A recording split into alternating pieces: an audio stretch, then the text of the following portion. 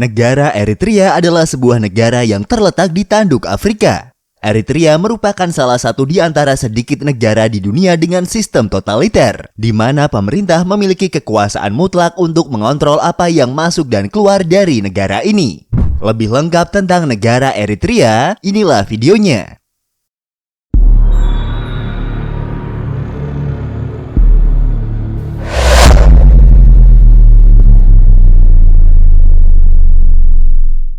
Kembali lagi di channel Invoice Indonesia, channel yang mungkin bisa menambah wawasan dan informasi yang belum kalian ketahui.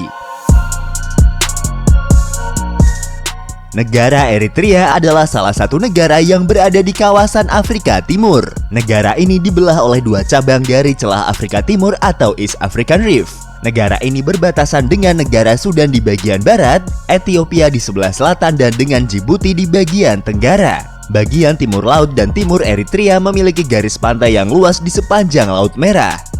Negara ini meliputi area seluas 117.600 km persegi, yang jika kita bandingkan wilayahnya dengan luas daerah yang ada di Indonesia, luas negara ini masih sedikit lebih kecil dari luas Provinsi Kalimantan Timur, dengan luas wilayahnya yang mencapai 129.066 km persegi. Wilayah Eritrea dibagi menjadi 3 wilayah ekoregion. Orang Eritrea yang tinggal di barat menikmati iklim semi kering, sementara mereka yang berada di tengah menikmati cuaca yang lebih sejuk dan basah karena wilayahnya berupa dataran tinggi. Dan mereka yang tinggal di sepanjang pantai mengalami iklim jenis gurun yang panas dan kering. Eritrea adalah bagian dari konstituensi 14 negara dalam Global Environment Facility atau Fasilitas Lingkungan Global, yang bermitra dengan lembaga internasional, organisasi masyarakat sipil, dan sektor swasta untuk menangani masalah lingkungan global sembari mendukung prakarsa pembangunan berkelanjutan nasional. Pada tahun 2006, Eritrea juga mengumumkan bahwa negaranya akan menjadi negara pertama di dunia yang mengubah seluruh pantainya menjadi zona perlindungan lingkungan.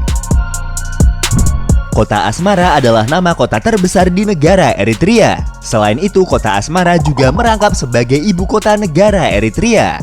Berada di ketinggian 2.325 meter di atas permukaan laut, menjadikan kota Asmara sebagai ibu kota tertinggi ke-6 di dunia. Pada tahun 2017, kota Asmara ditetapkan sebagai salah satu situs warisan dunia oleh UNESCO karena arsitektur modernisnya yang terawat dengan baik. Jumlah populasi penduduk negara Eritrea tahun 2020 berdasarkan perkiraan dari Badan Sensus Negara tersebut adalah sebanyak 6.081.196 jiwa, di mana sekitar 55%-nya adalah dari kelompok etnis Igri dan sekitar 30% berasal dari kelompok etnis Tigray. Kristen adalah agama mayoritas di negara ini. Sekitar 50% dari jumlah populasi Eritrea adalah penganut agama Kristen, dan sekitar 48%-nya beragama Islam. Bentuk pemerintahan negara ini adalah republik presidensial dengan sistem politik satu partai. Negara ini dipimpin oleh seorang presiden sebagai kepala negara sekaligus kepala pemerintahannya. Presiden Eritrea saat ini adalah Isaias Afwerki yang sudah menjabat sejak negara ini merdeka dari Ethiopia pada tahun 1993. Menurut Human Rights Watch, catatan hak asasi manusia pemerintah Eritrea termasuk yang terburuk di dunia. Selain itu, karena semua media lokal adalah milik pemerintah, Eritrea juga menempati peringkat ketiga yang memiliki kebebasan pers terkecil dalam indeks kebebasan pers global, di belakang Korea Utara dan Turkmenistan. Ekonomi Eritrea telah mengalami pertumbuhan yang cukup besar dalam beberapa tahun terakhir antara tahun 2010 hingga tahun 2020, yang ditunjukkan oleh peningkatan tahunan dalam produk domestik bruto dengan lebih dari 5% sampai 8,7% dalam beberapa tahun terakhir.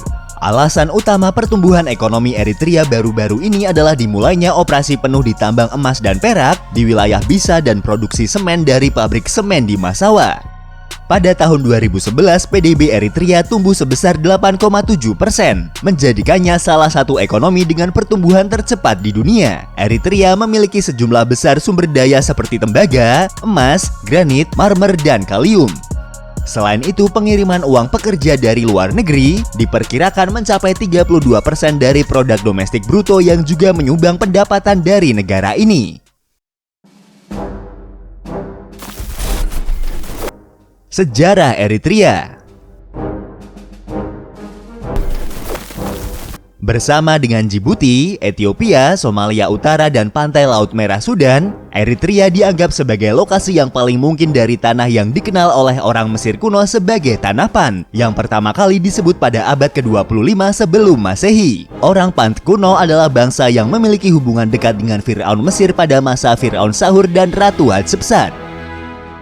Kerajaan Aksum adalah kerajaan perdagangan yang berpusat di Eritrea dan Ethiopia Utara. Kerajaan ini ada sejak sekitar 100–940 Masehi. Tumbuh dari periode zaman besi Proto-Aksumite sekitar abad ke-4 sebelum Masehi hingga menjadi terkenal pada abad ke-1 Masehi. Menurut Liber Aksumai atau Kitab Aksum abad pertengahan, ibu kota pertama Aksum Mezaber dibangun oleh Aethiopis Putrakus. Ibu kota kemudian dipindahkan ke Aksum di Ethiopia Utara. Kerajaan menggunakan nama Ethiopia pada awal abad ke-4.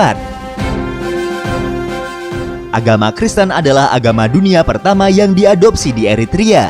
Dan biara tertua di negara Eritrea adalah Debre Sina atau biara yang dibangun pada abad ke-4. Biara ini adalah salah satu biara tertua di Afrika dan dunia. Pada abad ke-7 awal umat Islam dari Mekah, setidaknya sahabat dari Nabi Muhammad SAW mencari perlindungan dari penganiayaan orang-orang Quraisy dengan melakukan perjalanan ke kerajaan Aksum. Perjalanan ini juga dikenal dalam sejarah Islam sebagai hijrah pertama. Mereka dikabarkan membangun Masjid Afrika pertama, yaitu Masjid As-Sabah atau Masjid Para Sahabat di Massawa. Orang Eropa pertama yang mengunjungi Eritrea adalah penjelajah Portugis Francisco Alvarez pada tahun 1520. Pantai Eritrea saat itu adalah salah satu tempat yang menjadi koneksi ke wilayah Tigray di mana Portugis memiliki koloni kecil. Dan karena wilayah itu juga menghubungkan ke pedalaman Ethiopia. Abad ke-16 juga menandai kedatangan Ottoman yang mulai melakukan penaklukan di wilayah Laut Merah. Ottoman telah berhasil menaklukkan Eritrea di timur laut selama 2 dekade berikutnya.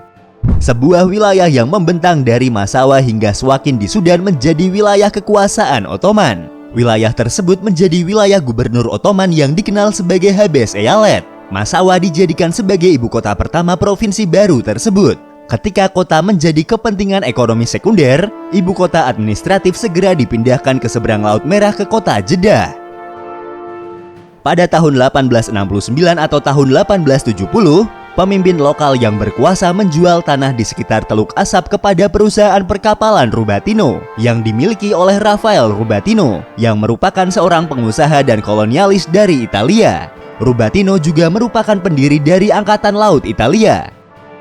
Setelah kematian Kaisar Yohanes IV dari Ethiopia pada tahun 1889, Jenderal Oresti Baratieri yang merupakan pemimpin pasukan Italia di Afrika berhasil menduduki dataran tinggi di sepanjang pantai Eritrea dan kemudian memproklamasikan berdirinya koloni baru Eritrea Italia.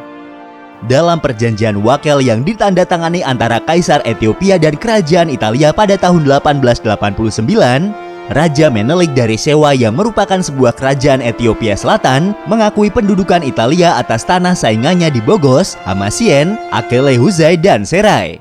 Pengakuan tersebut adalah sebagai imbalan atas jaminan bantuan keuangan dan akses berkelanjutan senjata dan amunisi ke Eropa. Pada tahun 1922, kebangkitan Benito Mussolini di Italia membawa perubahan besar pada pemerintah kolonial di Eritrea, Italia. Setelah dia mendeklarasikan kelahiran Kekaisaran Italia pada bulan Mei tahun 1936, wilayah Eritrea Italia diperbesar dengan wilayah Ethiopia Utara dan Somaliland Italia digabungkan dengan Ethiopia yang baru saja ditaklukkan di wilayah administrasi baru Italia di Afrika Timur. Periode fasis ini ditandai dengan ekspansi kekaisaran dalam nama Kekaisaran Romawi baru, dan Eritrea dipilih oleh pemerintah Italia untuk menjadi pusat industri Afrika Timur Italia.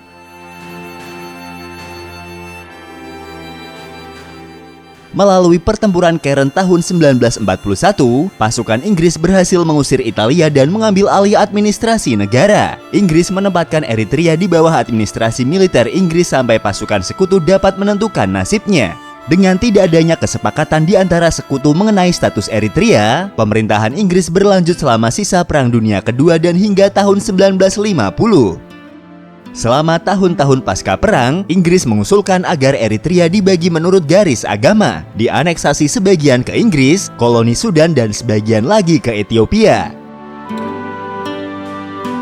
Pada tahun 1950-an, pemerintah feodal Ethiopia di bawah Kaisar Haile Selassie berusaha mencaplok Eritrea dan Somaliland Italia. Dia mengklaim kedua wilayah tersebut dalam sebuah surat kepada Franklin D. Roosevelt di Konferensi Perdamaian Paris dan pada sesi pertama Perserikatan Bangsa-Bangsa.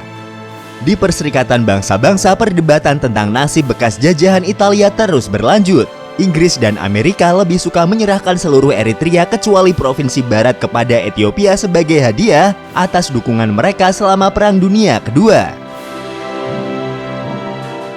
Menyusul adopsi resolusi PBB 390A pada bulan Desember tahun 1950, Eritrea bergabung dengan Ethiopia di bawah dorongan Amerika Serikat.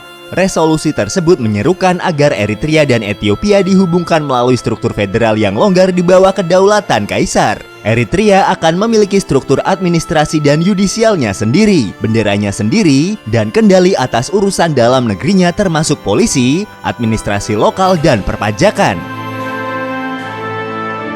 Pada tanggal 1 September tahun 1961, Front Pembebasan Eritrea di bawah kepemimpinan Hamid Idris Awate melancarkan perjuangan bersenjata untuk kemerdekaan. Pada tahun 1962, Kaisar Haile Selassie secara sepihak membubarkan parlemen Eritrea dan mencaplok wilayah tersebut. Perang kemerdekaan Eritrea berlangsung selama 30 tahun terhadap pemerintah Ethiopia berturut-turut sampai tahun 1991. Ketika Front Pembebasan Rakyat Eritrea yang merupakan penerus dari Front Pembebasan Eritrea mengalahkan pasukan Ethiopia di Eritrea dan membantu koalisi pasukan pemberontak Ethiopia mengambil kendali atas ibu kota Ethiopia di Addis Ababa. Pada tahun 1993 diadakan sebuah referendum yang diawasi oleh PBB. Dalam referendum tersebut, orang-orang Eritrea memilih untuk merdeka dari Ethiopia. Negara ini kemudian mendeklarasikan kemerdekaannya dan mendapatkan pengakuan internasional pada tahun yang sama. Front Pembebasan Rakyat Eritrea yang merebut kekuasaan kemudian mendirikan negara satu partai dan melarang aktivitas politik lebih lanjut.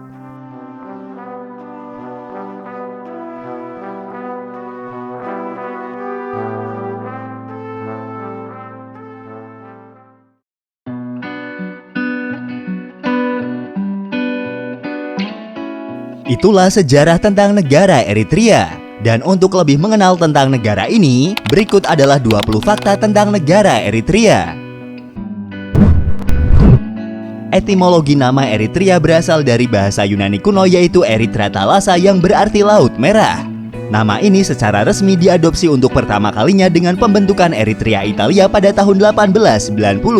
Dan tetap digunakan selama pendudukan Inggris dan Ethiopia yang kemudian ditegaskan kembali pada referendum tahun 1993 dan konstitusi tahun 1997.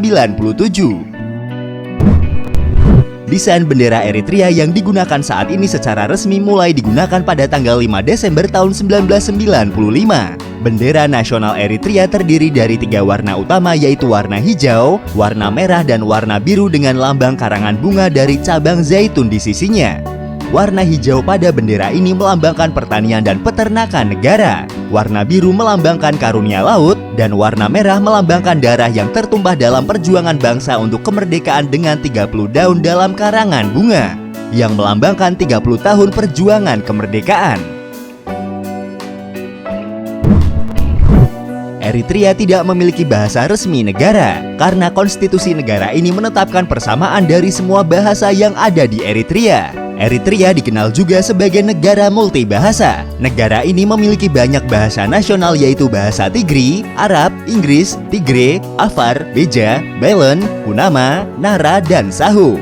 Sementara bahasa Tigri, Arab, dan Inggris berfungsi sebagai bahasa kerja secara de facto. Dengan bahasa Inggris digunakan dalam pendidikan universitas dan banyak bidang teknis.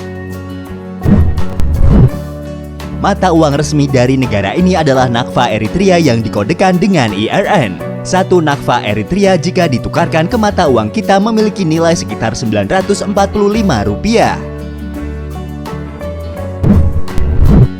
Dromdaris atau yang lebih umum dikenal dengan unta Arab adalah hewan nasional Eritrea. Ciri khas dari salah satu spesies unta ini adalah memiliki punuk tunggal di punggungnya. Jenis unta ini biasa hidup di daerah kering terutama gurun Sahara. Eritrea memiliki wilayah kepulauan di Laut Merah. Negara ini memiliki sekitar 350 pulau di wilayah perairan tersebut.